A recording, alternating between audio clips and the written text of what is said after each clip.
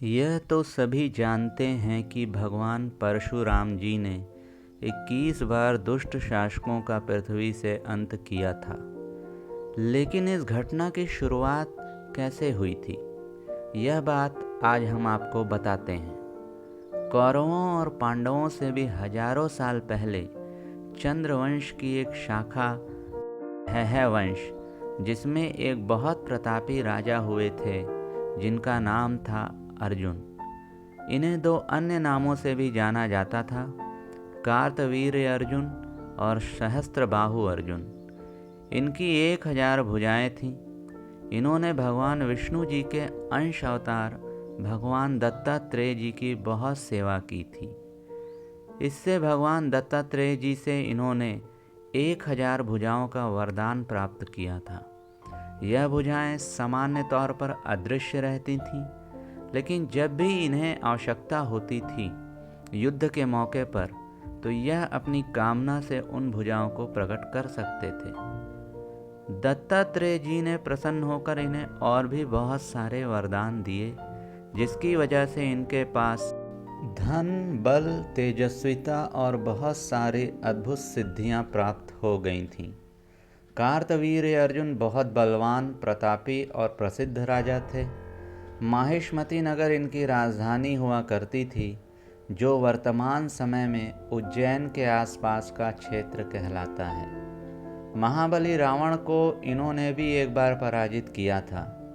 रावण को कुल 3 लोगों ने ही पराजित किया, जिनमें वानर राज बाली, भगवान श्री राम और कार्तवीर्य अर्जुन हैं।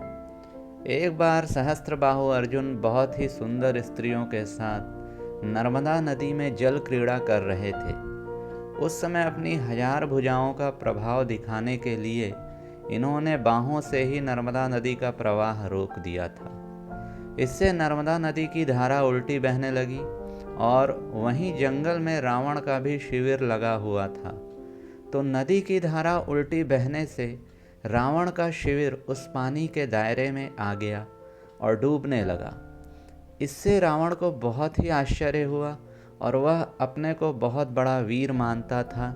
इसलिए वह सहस्त्रबाहु अर्जुन का यह पराक्रम सहन नहीं कर सका। जब रावण अर्जुन के पास जाकर बुरा भला कहने लगा, तो सहस्त्रबाहु अर्जुन ने स्त्रियों के सामने ही खेल खेल में रावण को पकड़ लिया और रावण की बहुत पिटाई कर दी और अपनी राजधानी माहिष्मती में ले जाकर बंदर को जैसे पिंजरे में कैद किया जाता है, उस तरह से रावण को कैद कर लिया।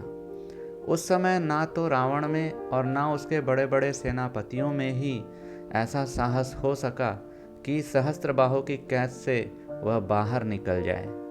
इस घटना से सहस्त्रबाहु की बहुत ज़्यादा कीर्ति फैल गई। बाद में रावण के दादा पुलत्स्य मुनि आकर सहस्त्रबाहु अर्जुन को समझाते हैं और तब कहीं जाकर रावण को कैद से मुक्ति मिलती है। इस घटना से हमें पता चलता है कि सहस्त्रबाहु अर्जुन कितने बलवान और प्रतापी राजा थे। इन्हें सहस्त्रबाहु अर्जुन की शत्रुता भगवान परशुराम से हो गई। एक दिन सहस्त्रबाहु अर्जुन शिकार खेलने के लिए बड़े घनघोर जंगल में निकल गए और वह परशुराम के पिता जमदग्नि मुनि के आश्रम पर जा पहुँचे।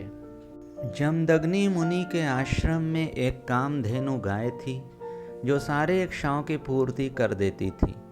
जमदग्नि मुनि ने उस गाय की सहायता से सहस्त्रबाहु अर्जुन, उनकी सेना, उनके मंत्रियों का खूब स्वागत सत्कार किया। जब वीर सहस्त्रबाहु ने देखा कि जमदग्नि मुनि का ऐश्वर्य तो मुझसे भी बढ़ चढ़कर है, तो उसने कामधेनु गाय को जमदग्नि मुनि से छुड़ा लिया और कामधेनु गाय को लेकर वह अपनी राजधानी माहिष्मती चला गया।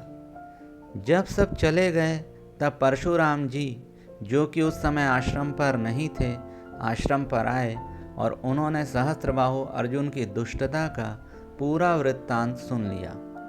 यह सुनते ही परशुराम जी सांप की तरह क्रोध से तिलमिला उठे और अपना भयंकर फरसा, तरकस, ढाल एवं धनुष लेकर बड़ी तेजी से उसके पीछे दौड़े, बिल्कुल वैसे ही जैसे कोई किसी से ना दबने वाला शेर हाथी पर टूट पड़ता है।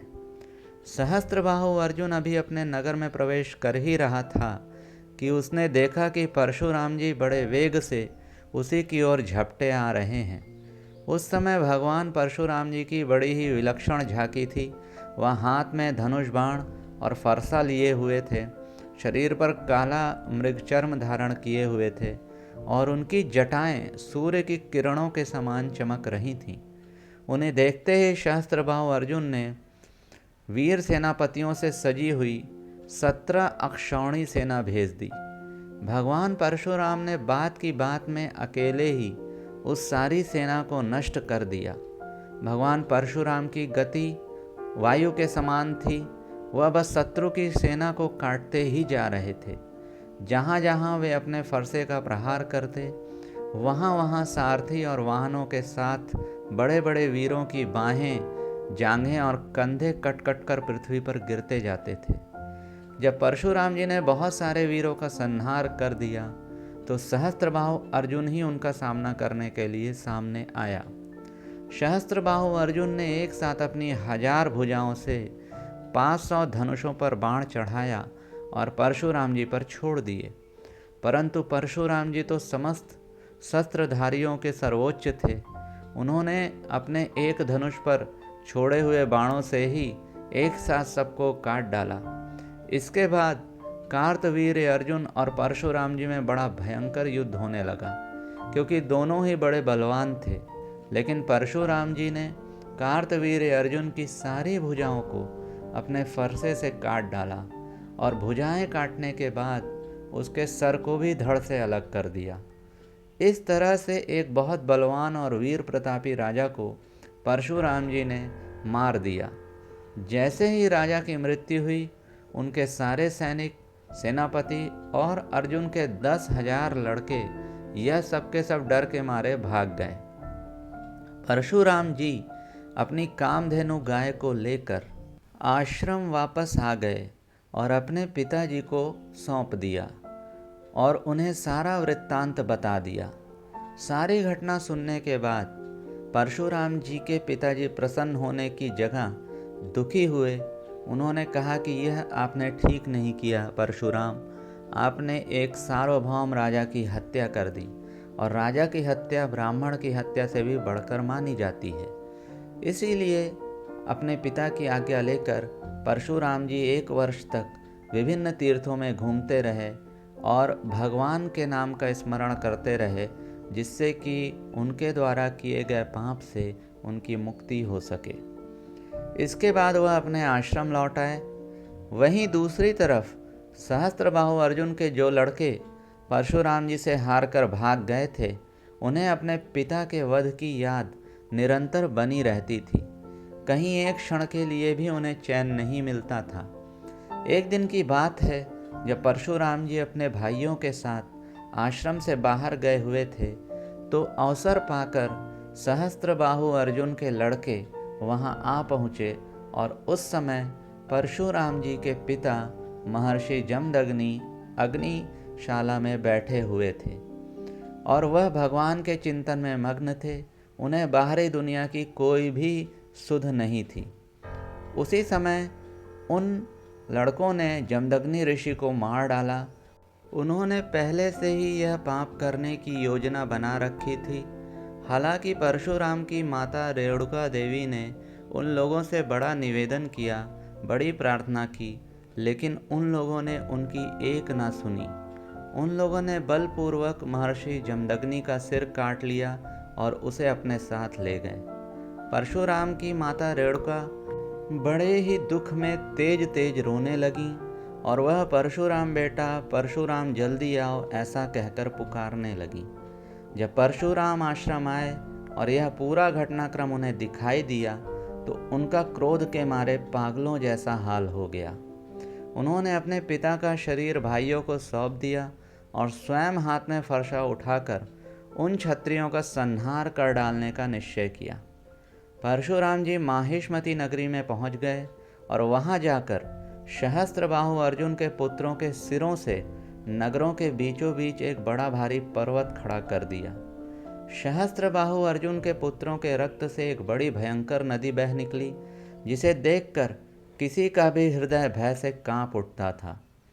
इसके बाद परशुराम जी ने देखा कि वर्तमान क्षत्रिय अत्याचारी हो गए हैं, इसलिए अपने पिता के वध को निमित्त बनाकर उन्होंने 21 बार पृथ्वी को क्षत्रिय विहीन कर दिया और कुरुक्षेत्र के मध्य में समंत पंचक नामक जगह पर उन्होंने उन दुष्ट क्षत्रियों के रक्त से 5 बड़े बड़े तालाब बना दिए।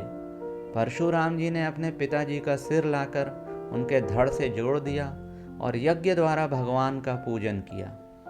क्षत्रियों से सूने हो जाने पर जो धरती थी उसको परशुराम जी ने कश्यप जी व अन्य ऋषियों को दान कर दिया। महर्षि जमदग्नि को नवजीवन की प्राप्ति हो गई और वह सप्तर्षियों के मंडल में 7वें ऋषि बन गए। इसके बाद परशुराम जी किसी को किसी प्रकार का कष्ट न देते हुए शांत चित्त से महेंद्र पर्वत पर निवास करते हैं। आज भी भगवान परशुराम महेंद्र पर्वत पर निवास करते हैं और वहाँ रहने वाले सिद्ध, गंधर्व और चारण उनके चरित्र का मधुर स्वर से गान करते हैं। इस प्रकार यह भगवान विष्णु जी के एक अवतार थे और ऐसे अवतार का उद्देश्य पृथ्वी से पापी शासकों का वध करके और पृथ्वी पर पुनः धर्म की मर्यादा की स्थापना करना ही था।